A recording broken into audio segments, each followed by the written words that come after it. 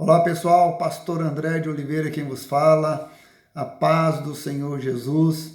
Estou aqui de volta para compartilhar uma porção da palavra de Deus, porque Deus quer falar com você. Nós estamos meditando no livro de Atos dos Apóstolos, que poderia ser chamado Atos do Espírito Santo, onde nós podemos contemplar em toda a leitura deste livro o agir de Deus através do Espírito Santo, quando a igreja foi consolidada, quando a igreja foi aberta através do poder de Deus. Nós estamos aqui com o capítulo de número 3, nós vemos que a igreja ela recebeu a promessa, um poder que consistia na unção do Espírito Santo.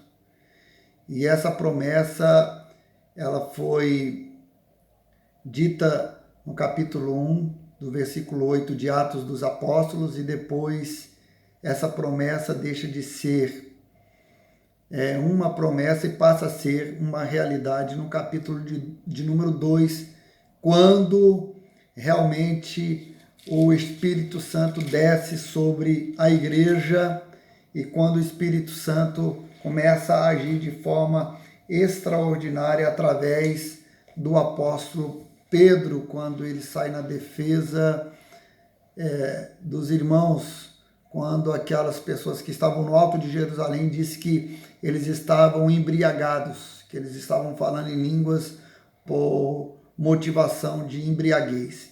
E Pedro é usado de forma extraordinária, ele prega a palavra de forma contundente, categoricamente, e através do seu sermão o Espírito Santo age de forma poderosa. E nós vamos ver que assim as coisas vão continuando. No capítulo de número 3, nós vamos ver aqui que o apóstolo Pedro, ele juntamente com João, ele sobe ao templo Formosa na hora nona para orar. Interessante é que Pedro e os discípulos e a igreja, eles tinham o hábito de orar. E esse hábito é essencial, é fundamental e é vital. O crente que não ora é um crente vazio, é um crente fraco, é um crente nanico espiritualmente. Então eles tinham esse hábito e tinham a necessidade de orar a Deus, de buscar comunhão com Deus, de buscar uma consolidação da vossa fé em Deus, para eles continuarem o propósito que Cristo havia designado a eles, que era de pregar o Evangelho, de anunciar o Evangelho a toda criatura. E eu vejo a importância de se buscar a Deus, porque eles poderiam buscar a Deus nas suas casas, eles poderiam buscar a Deus no seu particular, no seu secreto. O evangelista Mateus diz que buscar a Deus em casa é possível. No entanto, quando nós buscarmos a Deus, que a gente entre no nosso quarto, feche a porta e no secreto a gente busca a Deus, porque no secreto Deus vai nos responder. A oração em casa é fundamental também, porque em todo tempo nós temos que orar. Em todo tempo, como a Bíblia diz em Efésios capítulo de número 6, versículo 13, em todo tempo nós devemos buscar a Deus em oração. Como o apóstolo Paulo disse para a igreja em Tessalônica, capítulo 5, versículo 17, orai sem cessar. Então a oração é fundamental em casa, mas também é de suma importância ir ao templo. E veja que o apóstolo, juntamente com João, subiram juntos em comunhão, porque nós temos que aprender a andar uns com os outros também para orar. Nós temos que ter um parceiro de oração, temos que ter um amigo, alguém que nos motive a orar, alguém que nos impulsiona a orar, alguém que esteja ali pronto para buscar a Deus conosco. E Pedro tinha aqui João no capítulo de número 3, e eles foram ao templo orar, porque eles sabiam que isso faz parte das ordenanças de Deus. O autor aos Hebreus diz que não é bom que nós deixemos de congregar, como é costume de muita gente, principalmente nos dias de hoje, que tem um movimento chamado desigrejado, que faz a apologia de buscar a Deus e que não precisa de ir à igreja, ou seja, no templo, que não tem mais necessidade. Claro que tem. A Bíblia toda, ela é um mandamento. A Bíblia toda é um conjunto de mandamentos e de ordenanças. O Senhor, ele não veio para abolir as leis morais dele. O Senhor, ele veio para abolir as leis sacrificiais. Deus não veio abolir leis morais. E isso faz parte das leis morais. Deus quer que nós congreguemos, que nós façamos parte de um corpo do qual Cristo é o cabeça. Então, a pessoa que está fora do corpo é uma pessoa que está com problema, que está com um sintoma de enfermidade, que está doente. Então, se esse corpo não tem uma cabeça, esse corpo não tem uma direção. Se esse corpo não tem uma cabeça, que é Cristo, essa pessoa ela não nasceu de novo, ela não é uma nova criatura. E Pedro entendeu aqui que para buscar a Deus, ele também deveria ir ao templo. Por isso nós devemos ir à igreja, ao templo, à casa de Deus, né? Eu sei que nós somos morada do Espírito Santo, mas o Senhor também não nos impede e também não aboliu esse sentido de irmos nos ajuntar e congregar. Congregar agrada a Deus, é uma ordem de Deus. A Bíblia diz: alegrei-me quando me disseram, vamos à casa do Senhor. Então eles iam lá orar, porque orar é fundamental. A oração é como a gasolina para o carro. O carro sem gasolina ele não anda. A oração é importantíssima. O que seria do quadro sem a pintura? Não teria nenhuma beleza. Então o quadro vai ter a sua beleza por causa da pintura. O crente sem oração é um crente vazio, é um crente apático, é um crente raquítico, é um crente que não conhece a Deus e que não se relaciona com Deus, porque a oração é para isso, para se relacionar com Deus. E eles foram para orar, eles foram para buscar ao Senhor. Então você deve buscar ao Senhor enquanto se pode achar, invocar Ele enquanto está perto. Só que a Bíblia diz aqui que quando eles estavam subindo ao templo Formosa, estava ali um coxo. Todos os dias ele se punha à porta do templo Formosa para pedir esmola aos que entravam. Ele, vendo Pedro e João se aproximarem, pediu que lhe desse uma esmola. Porém, Pedro, com João, lhe respondeu: olhe para nós. Nós não temos nem ouro e nós não temos nem prata. O que nós temos, nós te damos. Levanta e anda.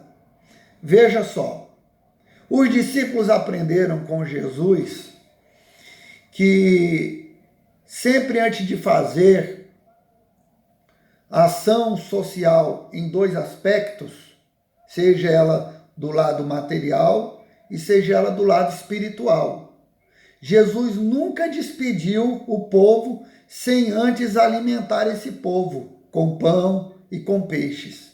Jesus pregava a palavra, Jesus curava os enfermos, mas Jesus também dava o pão, porque ele saciava não só a fome da alma, mas também a fome do corpo. Mas aqui Pedro, nós podemos entender que estava desprovido de recursos financeiros para poder dar para este coxo, que ele era coxo desde o ventre da sua mãe.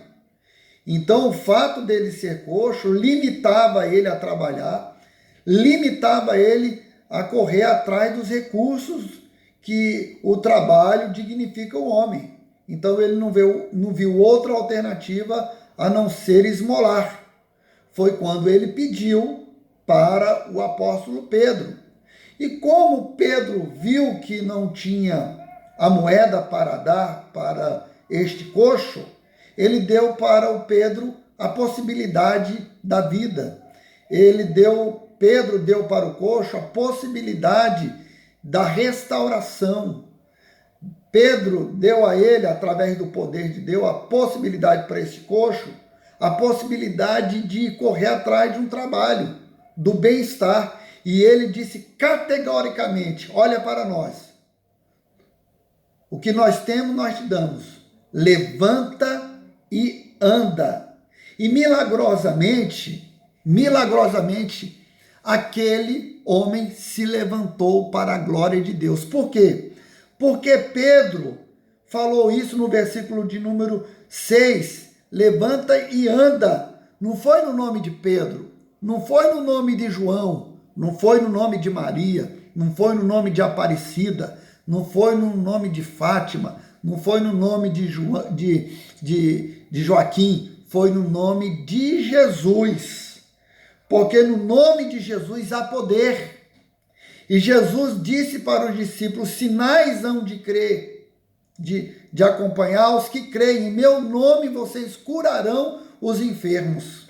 Então Pedro estava revestido de uma autoridade que Deus havia conferido à igreja e aos apóstolos para a realização dos milagres em nome de Jesus. Então, no nome de Jesus tem poder. O nome de Jesus cura nos dias de hoje. O nome de Jesus faz milagre nos dias de hoje. Agora, nós temos que entender o seguinte: não é que porque eu vou clamar o sangue de Jesus, que simplesmente porque eu falei no nome de Jesus, Jesus é obrigado a fazer alguma coisa pela minha vida. O Senhor só vai se condicionar a fazer algo por nós se nós tivermos com a vida no altar, se tivermos com a vida em santidade, se vivermos uma vida de obediência. E o apóstolo Pedro aqui tinha uma vida totalmente restaurada. Se ele não tivesse uma vida restaurada, ele poderia orar o dia inteiro a favor daquele mendigo, que nada ia acontecer. Mas como ele estava em comunhão, ele orou, e a comunhão fez com que o poder legitimasse essa comunhão, essa palavra de Pedro, e Deus honrou a fé do apóstolo e fez com que o milagre acontecesse. Muitos milagres não acontecem no dia de hoje, é porque nós não temos vida com Deus, não obedecemos a Deus, porque não temos compromisso com Deus, porque não somos fiéis a Deus. Aí achamos que por simplesmente falar o sangue de Jesus, Jesus é obrigado a fazer alguma coisa por nós. Absolutamente não. Deus só vai fazer algo por intermédio de alguém se esse alguém servir a Ele em espírito e em verdade. Então veja como isso foi incrível, esse milagre. O texto diz aqui que esse coxo entrou com João e com Pedro dentro do templo. Ele tinha a oportunidade, ele tinha até a escolha de não entrar no templo. Já estava curado, ele podia correr para os parentes e mostrar o milagre que tinha acontecido. Mas não, o texto diz aqui no versículo 8, que saltando ele se pôs-se em pé, né? Levantou-se, né? E entrou dentro do templo, saltando, louvando a Deus, e todo o povo viu andar e louvar ao Senhor. Então ele se sentiu agradecido. Ele fez totalmente ao contrário daquele caso daquele leproso, que 10 leprosos foram curados e apenas um voltou para agradecer a Deus. Esse coxo aqui, ele poderia ter ido embora celebrar a felicidade dele, mas ele voltou e deu glória a Deus, louvou a Deus, e é o que você precisa fazer. Você não pode esquecer a Deus depois que Deus faz um milagre por você. Você não pode deixar de servir a Deus depois que Deus te deu a bênção. Muito pelo contrário, é aí que você deve louvar a Deus. Nós vamos ver que o apóstolo Pedro aqui, ele começa a discursar porque aquelas pessoas que estavam no templo ficaram atônitos, ficaram surpresos, ficaram admirados, né? Porque acharam que Pedro e João tinham poder. E Pedro falou: não, esse poder não consiste de nós mesmos. Esse poder vem de Jesus, aquele que estava entre nós, o Messias, Filho de Deus, que padeceu entre nós na cruz, que foi necessário, porque ele morreu para para poder perdoar o pecado do mundo e mostrou para aquele povo ali que verdadeiramente Cristo era o Messias e que eles precisavam se arrepender e se converter de todo o coração. Vejam o que o versículo 19 diz aí. Olha só, arrependei-vos, pois, e convertei-vos para que sejam apagados os vossos pecados e venham assim tempo de refrigério pela presença de Deus. O que Deus quer para a sua vida é perdão, que você se arrependa dos seus pecados, porque o pecado nos separa de Deus, o pecado te separa de Deus, o pecado lhe distancia de Deus, o pecado ele impede que Deus te atenda, que Deus te responda, o pecado ele te impede você viver a abundância de Deus. A Bíblia diz que o salário do pecado é a morte, mas o dom gratuito de Deus é a vida eterna. Veja que coisa linda foi que Pedro falou, entrou com um novo discurso aqui, pregou a palavra do Senhor de forma categórica, de forma sucinta, mostrando para aquele povo que a solução deles estava em Jesus, porque Jesus é o caminho, a verdade e a vida. Portanto, meu querido irmão, está aqui a palavra de Deus, está aqui o capítulo de número 3, o exemplo que nós temos, né? Muitas das vezes nós estamos como esse coxo paralisado, ao invés de estar dentro do templo, estamos fora do templo, mendigando as migalhas da bênção do Senhor. Deus não tem migalha para você, Deus tem bênção total. Jesus disse lá em João 15, Jesus falou, a minha intenção é que a vossa alegria seja completa. Deus quer que você viva as suas bênçãos, não pela metade, mas na sua totalidade. Deus quer que você seja abençoado na totalidade. Por isso você não, às vezes você não pode. Tem muita gente que o fato de estar como esse coxo à beira do caminho pode estar até dentro da igreja. Está dentro da igreja, mas não chegou para o culto. Está dentro da igreja, mas não se concentrou. Está dentro da igreja, mas não se entregou. Está dentro da igreja, mas não está compromissado. Está dentro da igreja, mas não está conectado. Está dentro da igreja, mas não está em sintonia. Então, a partir do momento que você voltar a ter comunhão com Deus, se arrepender dos seus pecados, você vai viver a bênção de Deus, e número 1, que é a bênção da salvação eterna.